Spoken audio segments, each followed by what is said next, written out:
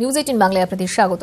যাদবপুর বিশ্ববিদ্যালয়ের অধ্যাপকের Facebook post ঘিরে বিতর্ক। সিল্ট বোতলের সঙ্গে কুমারিত্বের তুলনা টানলেন আন্তর্জাতিক সম্পর্কের অধ্যাপক কনক সরকার। রবিবার ফেসবুকে তিনি একটি পোস্ট করেন, কুমারী মেয়ে সিল্ট প্যাক বা বোতলের মতো। কুমারী মেয়েকে কেন বিয়ের কথা ভাবা নয়। অধ্যাপকের এই ধরনের পোস্টের জেরে নিন্দার ঝড় উঠেছে বিভিন্ন প্রশ্ন। বিভিন্ন সোশ্যাল মিডিয়াতেও প্রতিবাদ জানাচ্ছেন নেটিজেনরা।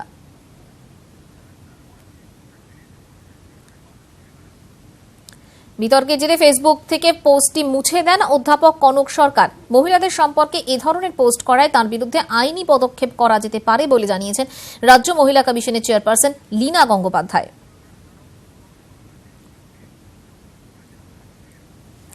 অধ্যাপক কনক সরকার তিনি এই পোস্ট ঘিরে কি বলছেন শুনব।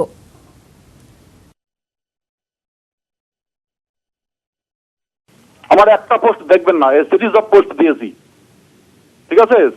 কবি শ্রীজাতর যদি ব্যক্তি স্বাধীনতা থাকে, মত প্রকাশের স্বাধীনতা থাকে, তসলিমা নাসরিনের যদি থাকে, আমারও আছে। আমি আমার বক্তব্যটা লিখেছি, আমার সিরিজ অফ পোস্টিংস দেখবেন। আমি সমাজের মঙ্গলের জন্য লিখি, অন্যান্য পোস্টগুলো দেখবেন।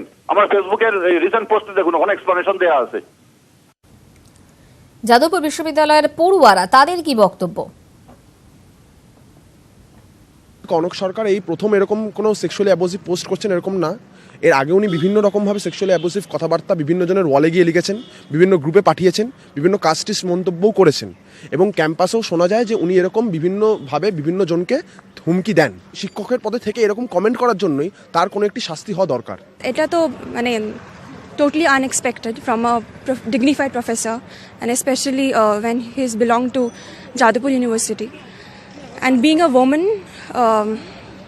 it's just what to say. I'm like, I can't even imagine. একজন টিচার হিসেবে এটা আমরা আশা করি না যে একজন টিচার, বিশেষ করে যাদবপুর থেকে যারা বিলং করছে, এই ধরনের মন্তব্য আশা করা যায় না।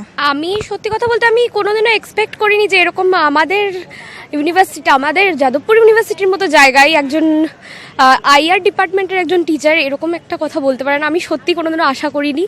মানে শুনে এতটা খারাপ লেগেছে। আমি জানতাম না, আমি টিচারটাকে কোনোদিনও চিনতামও না, আমি জানতাম না, আমার কোনো আইডিয়াই ছিল না। যখন পোস্টটা দেখলাম তখন অবগত হলাম যে এরকম উনি বলেছেন। আমার যথেষ্ট খারাপ লেগেছে এবং আমি একজন মহিলা হিসেবে এটাই বলবো যে কারো ভার্জিনিটি জাজ করার মানে কোনো জায়গা কাউকে আমি দিতে চাই না। টিচার হোক, সে যেই হোক, কারো কাছ থেকে, মানে শুধু টিচার না, কারো কাছ থেকেই এইরকম কমপ্লিমেন্ট পাওয়াটা আমার মনে হয় না ঠিক।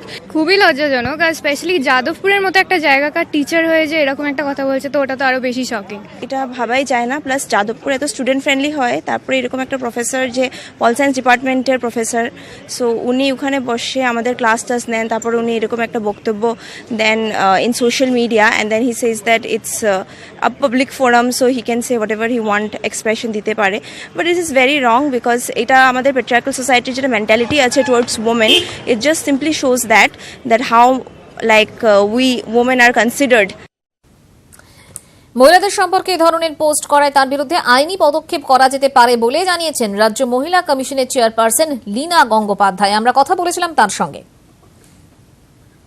মানসিক বিকৃতি না থাকলে তো কেউ এই ধরনের পোস্ট করেন না। দ্বিতীয় কথা হচ্ছে, ভদ্রলোকের নিশ্চয়ই ছোটবেলা থেকে বড় হয়ে ওঠা, তার মধ্যে কোথাও কোনো গন্ডগোল ছিল। ইমিডিয়েটলি যত তাড়াতাড়ি সম্ভব এই ধরনের পোস্টের এগেনস্টে মানুষের জনমত তৈরি হোক। হয় ভয় পেয়ে ডিলিট করেছেন, আর না হলে অ্যাটেনশন সিকিং একটা সত্তা রয়েছে তার মধ্যে। প্রফেশনে তো তিনি অধ্যাপক, তো তার কাছ থেকে তার ছাত্রছাত্রী কি শিখবেন? যে পোস্টটা ডিলিট করে দিয়েছেন এবং করেছেন তারপর ডিলিট করেছেন, এক্ষেত্রে আমরা আইনগতভাবে কি পদক্ষেপ নিতে পারি সেটা আমাদের কথা বলতে হবে আমাদের লিগ্যাল সেলের সঙ্গে। যদি মনে হয় যে আমরা কিছু করতে পারি তাহলে ডেফিনেটলি আমরা করব।